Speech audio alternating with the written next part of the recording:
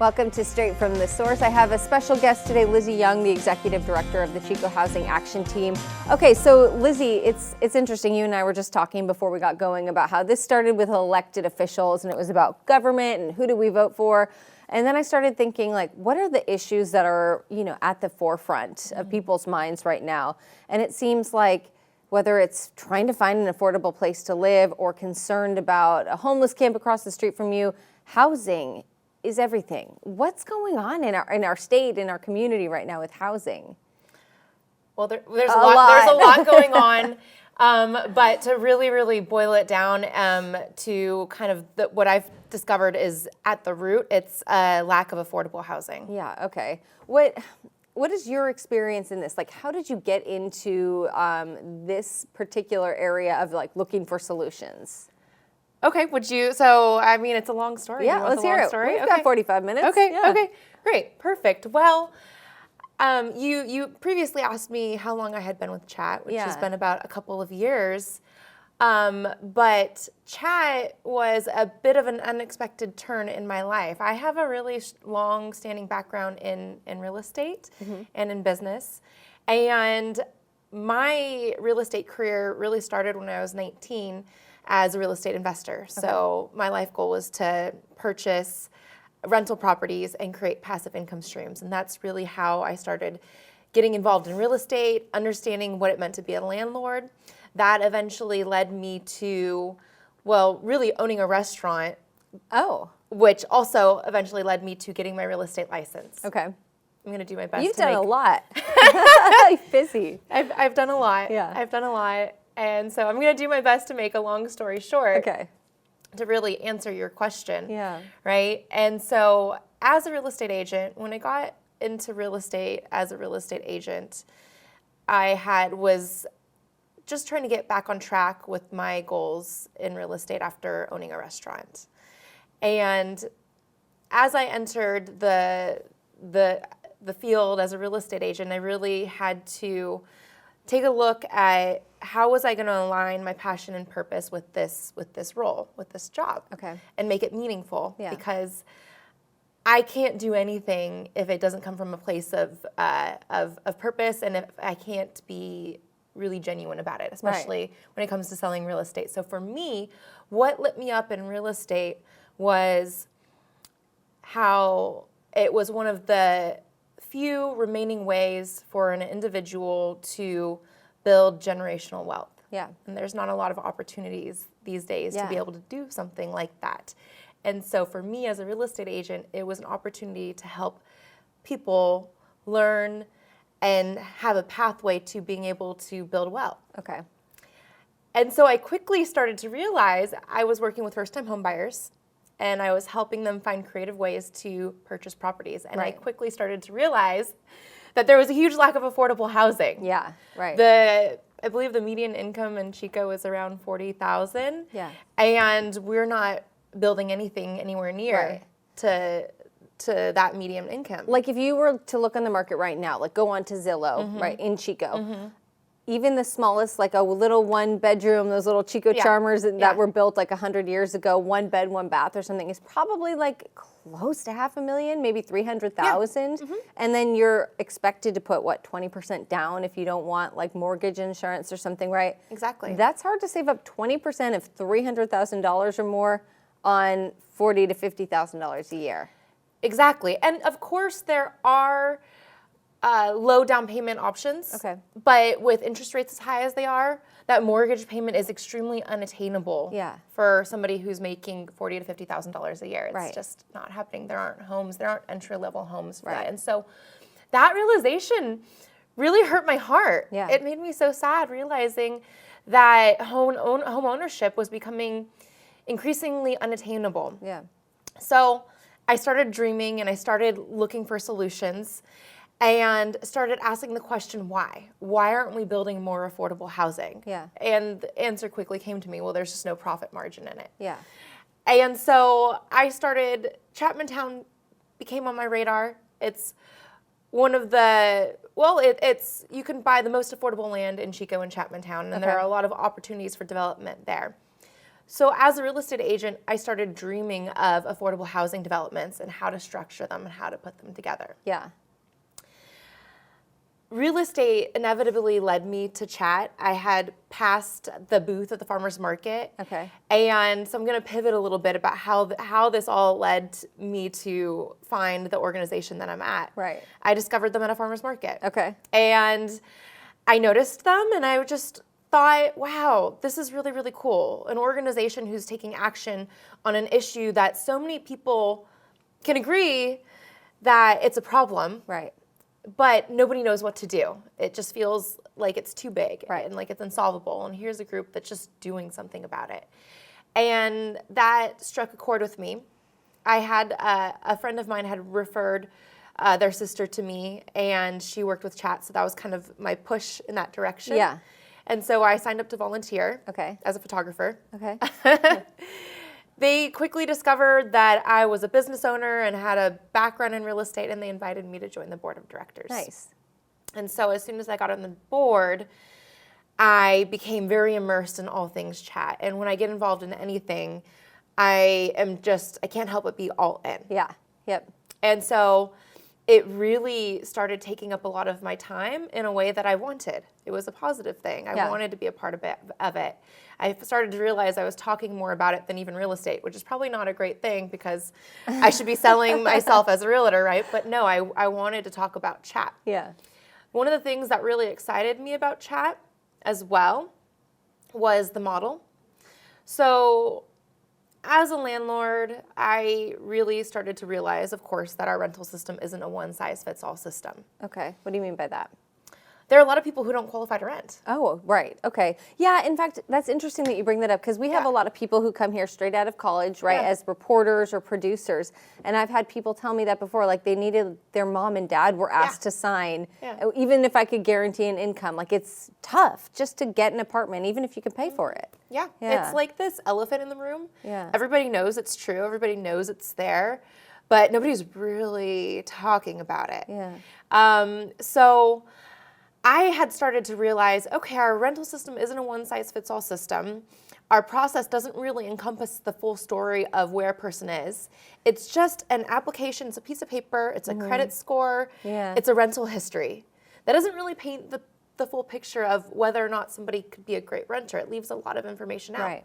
As a landlord, I understand why we have those systems in place. Yeah. You know, it's important to protect your risk. Right. So I get that. But the dreamer in me daydreamed a bit of what if I were to own enough real estate in one area that I was able to create a system of renting to people that was just more than those things. Yeah. That took into account more information. So when I discovered Chat, I kind of realized that they were doing the thing that I had dreamt about. Yeah. Just for a different population of people. And so the thing about Chat that's extremely important is that it acknowledges that not everybody qualifies to rent. Right. And that is really at the root of some of these homelessness issues that we see today. Yeah. And so what Chat does is we rent to individuals regardless of their rental history, regardless of their credit score. Yeah.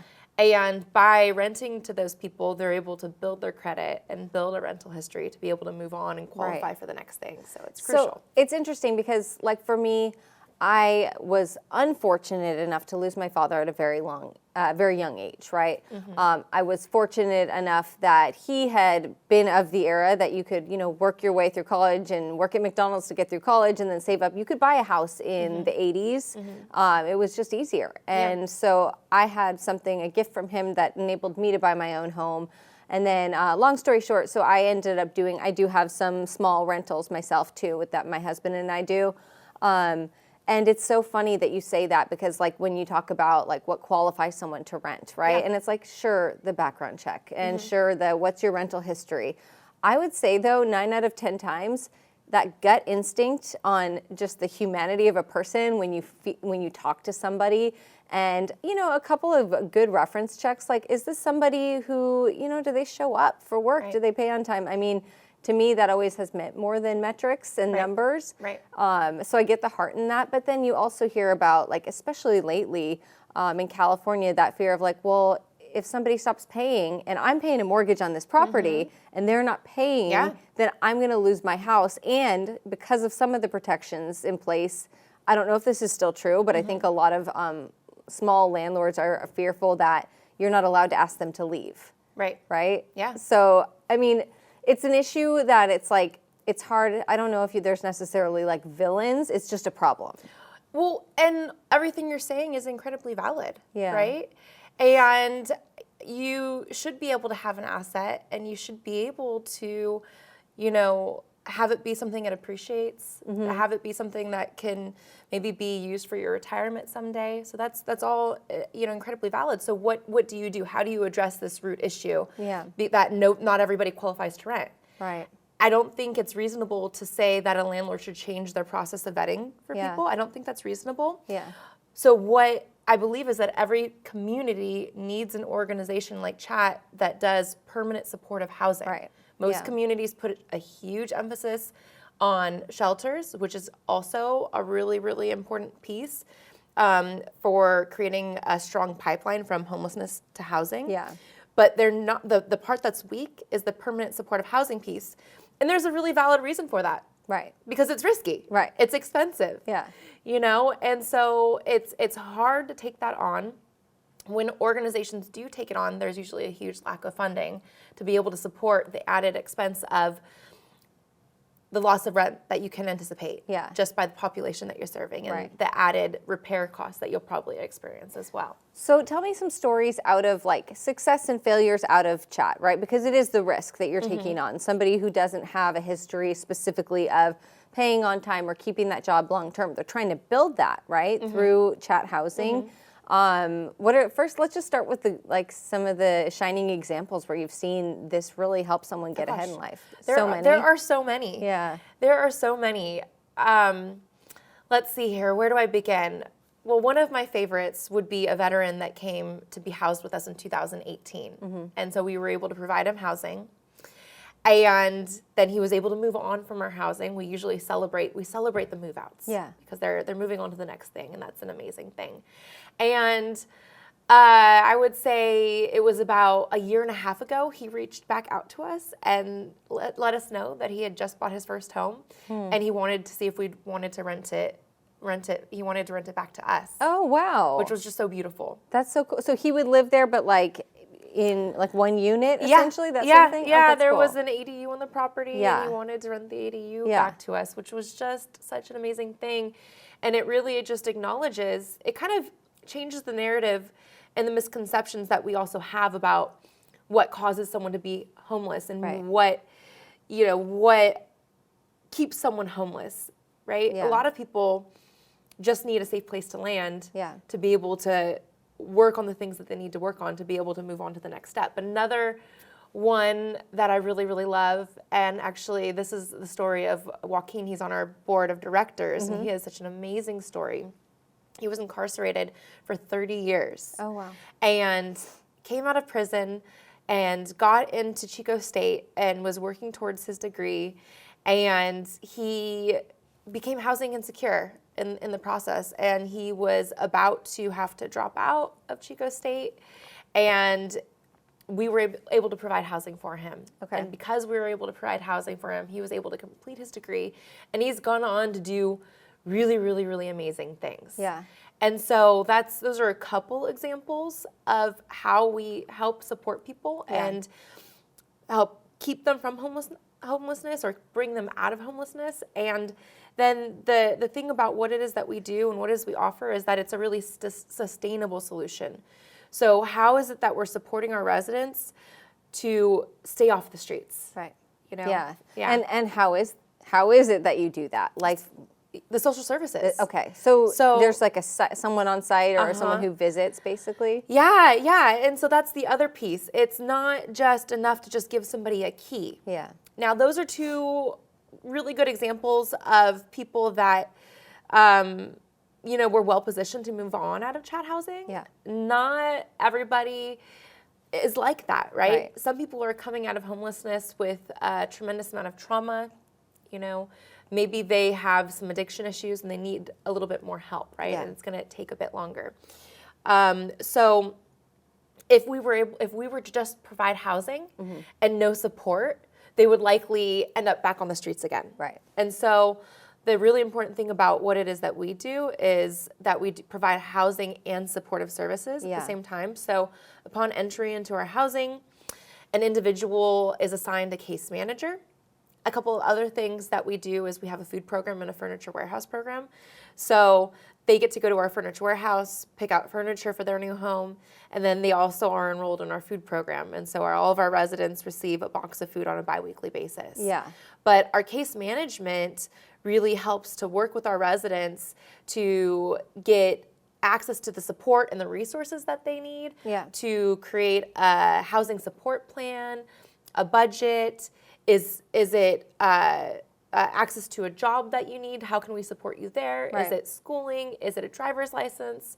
We support them through that process. So is that a requirement? Like if someone were to move in, you need to see this case manager. We're not saying like you have to necessarily get sober or you necessarily have to get a permanent job. Maybe they want to do rover dog walking. There's no judgment about what they do for the income, but they would have to at least be checking in with the case manager, or like what are the protocols in place?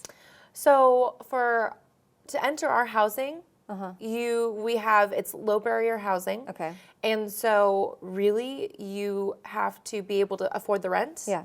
And you either have to be experiencing homelessness or at risk of experiencing homelessness. Okay.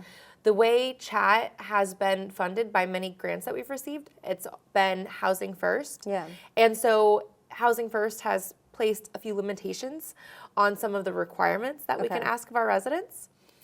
And, the thing about Housing First, I know it's a really controversial subject, and but there are some really beautiful things about it, and there are some really flawed things about Housing First. Well, explain. So I don't even know if I've heard this. I'm guessing that means let's make sure that they have a house and then address the other issues that might have led up to it. Is that what you're trying to say? Yeah. So Housing First principles basically dictate, and I'd say the philosophy around it is that you have to provide shelter first before an individual can realistically succeed at overcoming the other barriers that cause them to be on housing in the first place. Like how could you get a job and go to work every day if you don't have a place to sleep after work? Yeah, or get your driver's license, or it's just so hard. Or even if substance abuse is the issue, it's going to be really hard to come out of that while you're living on the streets and experiencing a certain amount of trauma every single day. You kind of have to prioritize shelter. Yeah. And that's what we do. We prioritize shelter. So that's why you have to make it low barrier,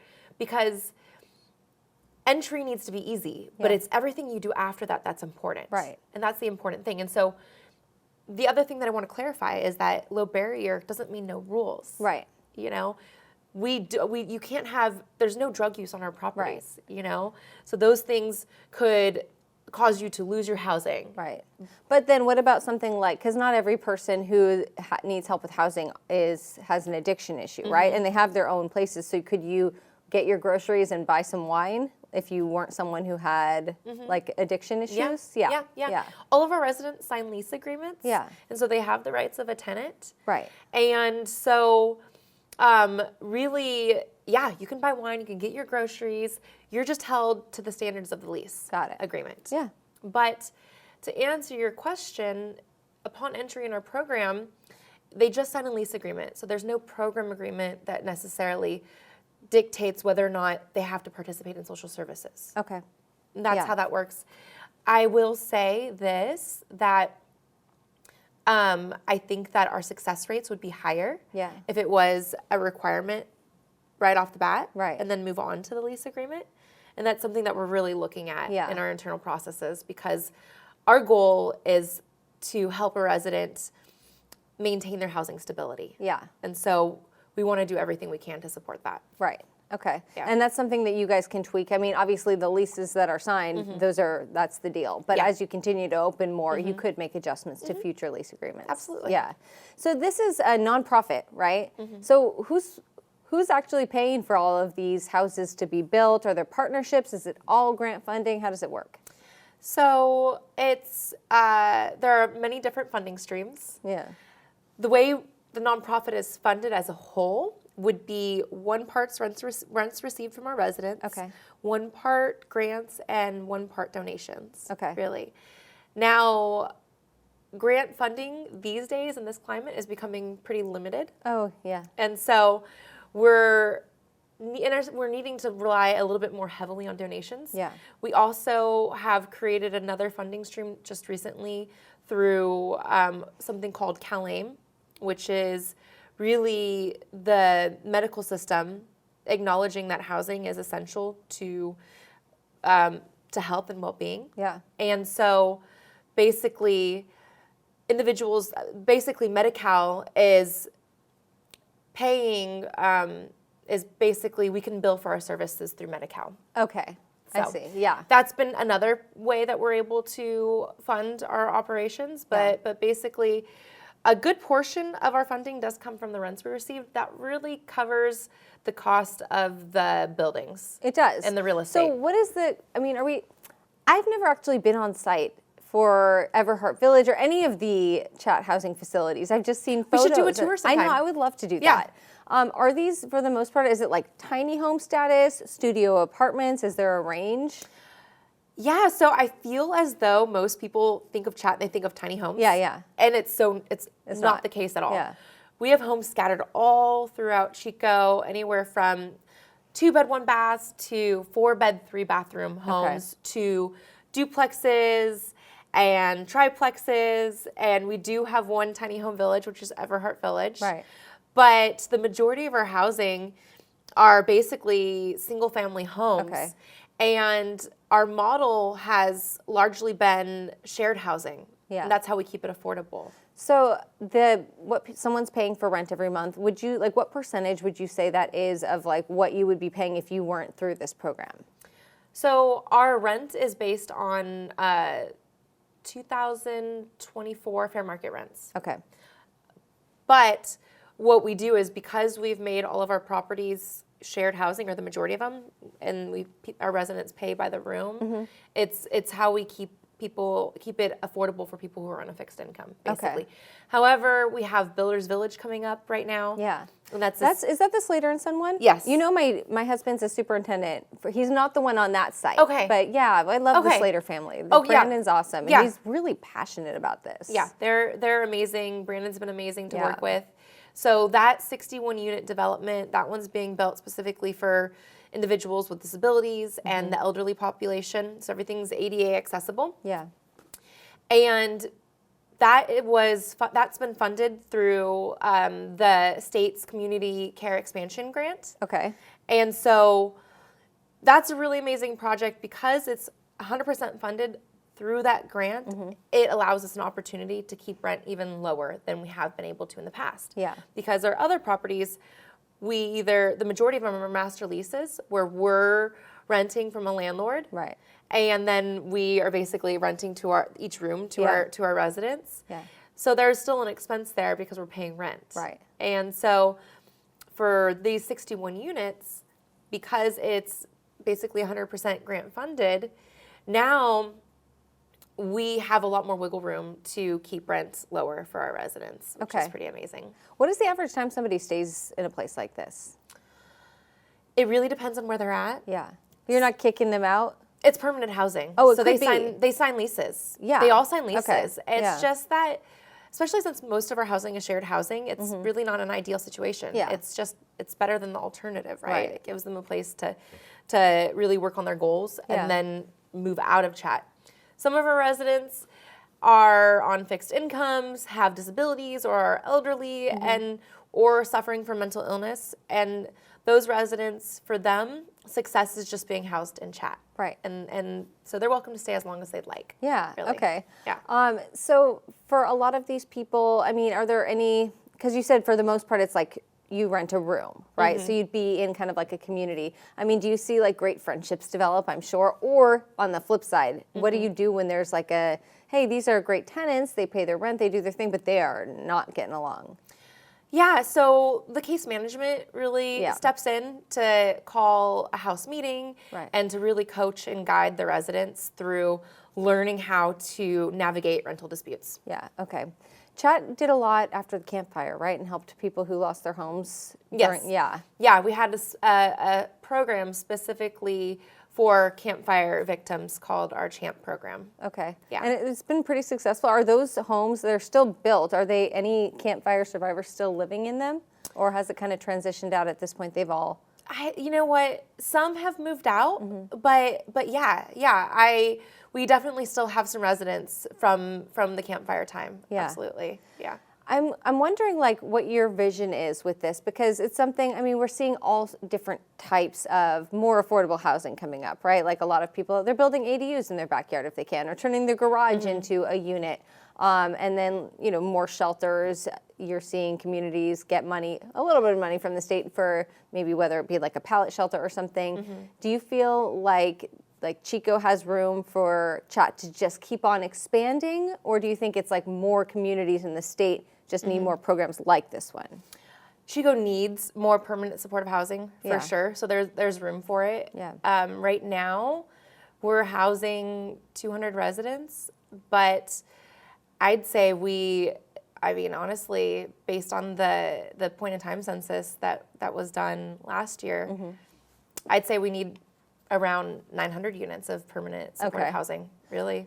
So if we continue, I mean, the governor came out with this budget idea, right? And then analysts are saying maybe it's off. We'll see. You never really know how much money will be coming down the road.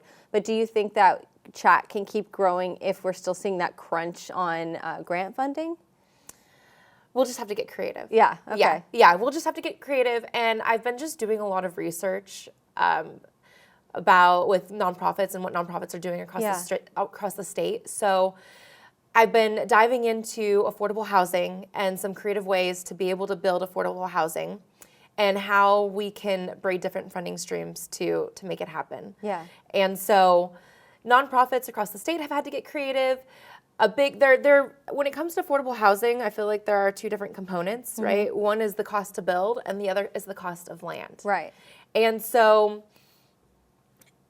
for our project on Highway 32, that land was donated. Yeah. So how can we find situations where land can be donated to really help also reduce our expenses that way? And then what are other organizations doing to cut the cost of building in half? Right. And so really trying to solve that equation is an important piece. Yeah. And then, okay, if you have access to funds from the state, that might cover a portion of a project cost, right?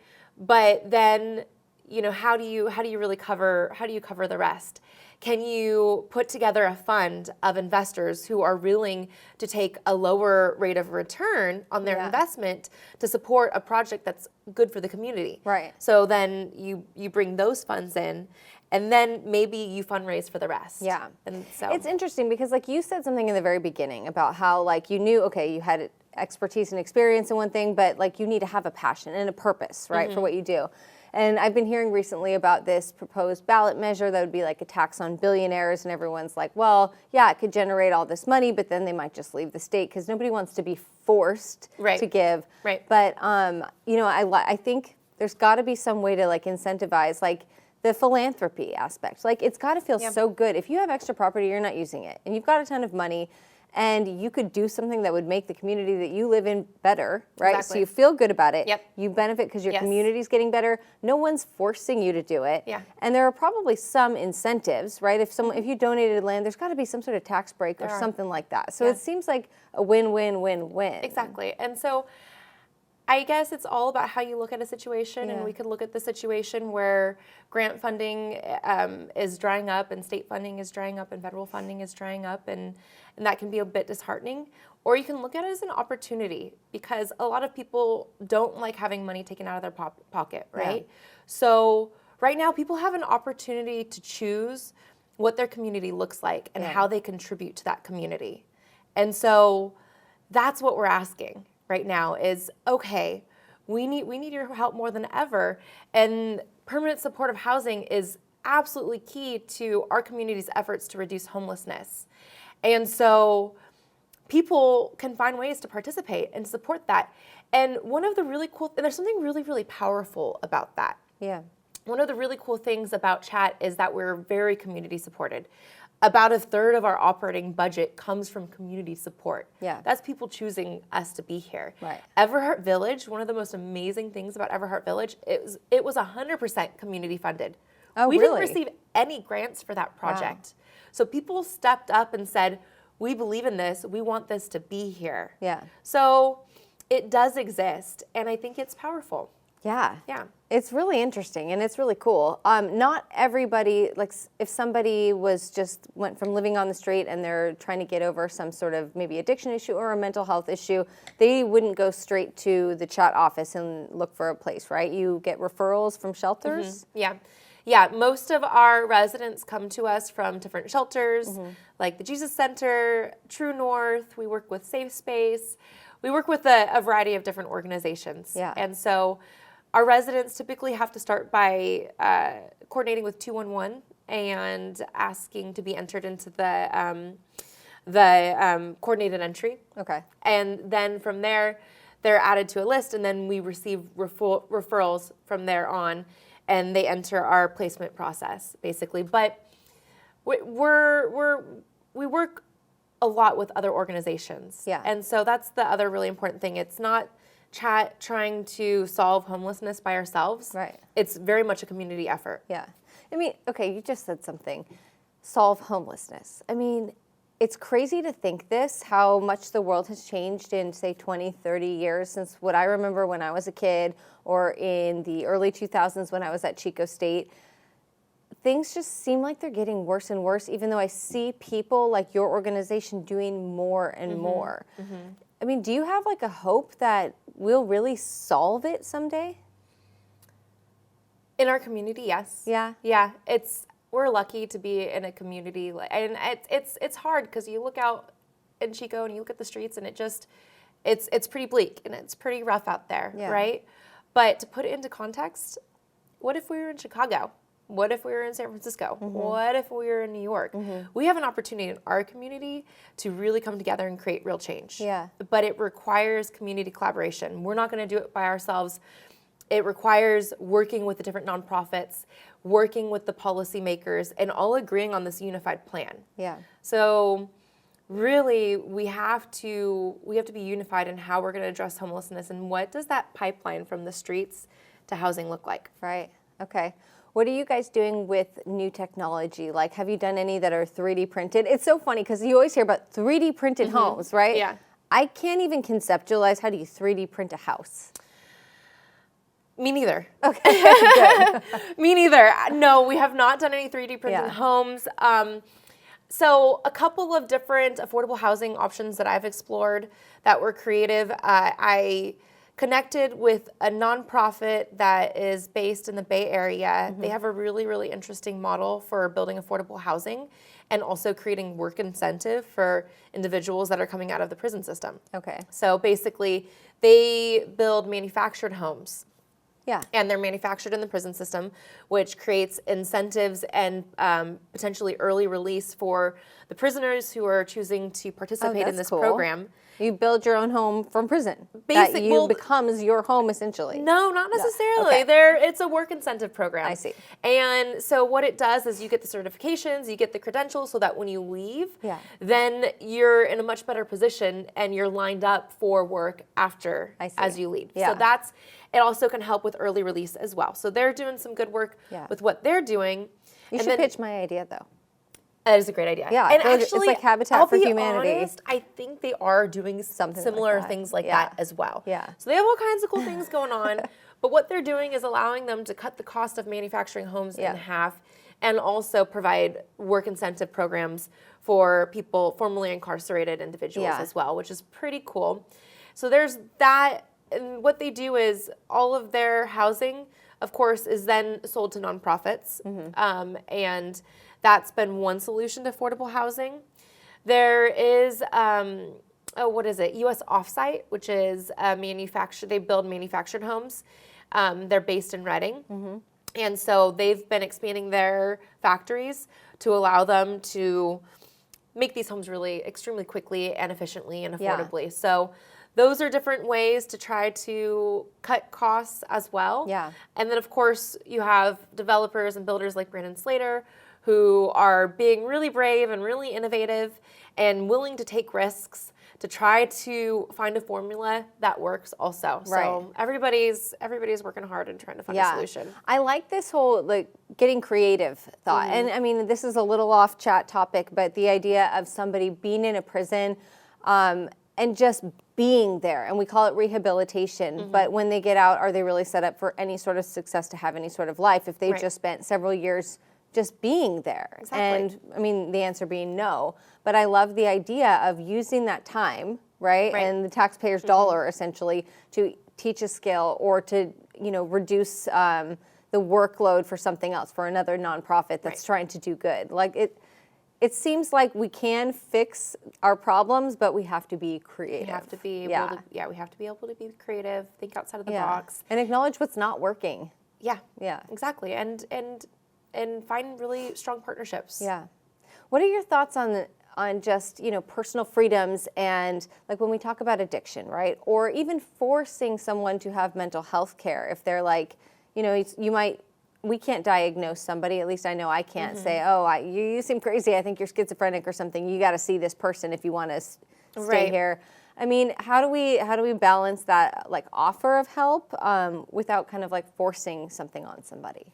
I think you have to have a professional who can make a really strong diagnosis because what we really want to steer away from is just going from one extreme as an answer for everything, right, to another extreme as an answer for everything. Yeah. Right. I think that there are, maybe in some cases, you need to mandate treatment, right? But certainly that's not the answer for all cases. Yeah. And I think the really, really important thing is that we meet people where they are. Yeah. And we know that one solution isn't always the best solution for everybody. Yeah.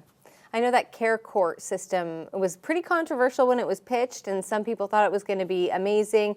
And I feel like I need to follow up with that locally because I know that when it rolled out in Glen, we were all about it, but I think it's kind of everywhere now. Yeah. And I don't really hear it coming up very often. I think it's got to be probably just for extreme cases where like a judge would really need to weigh in on somebody else's life and freedom. Honestly, I've heard a lot of really positive things about it. Yeah.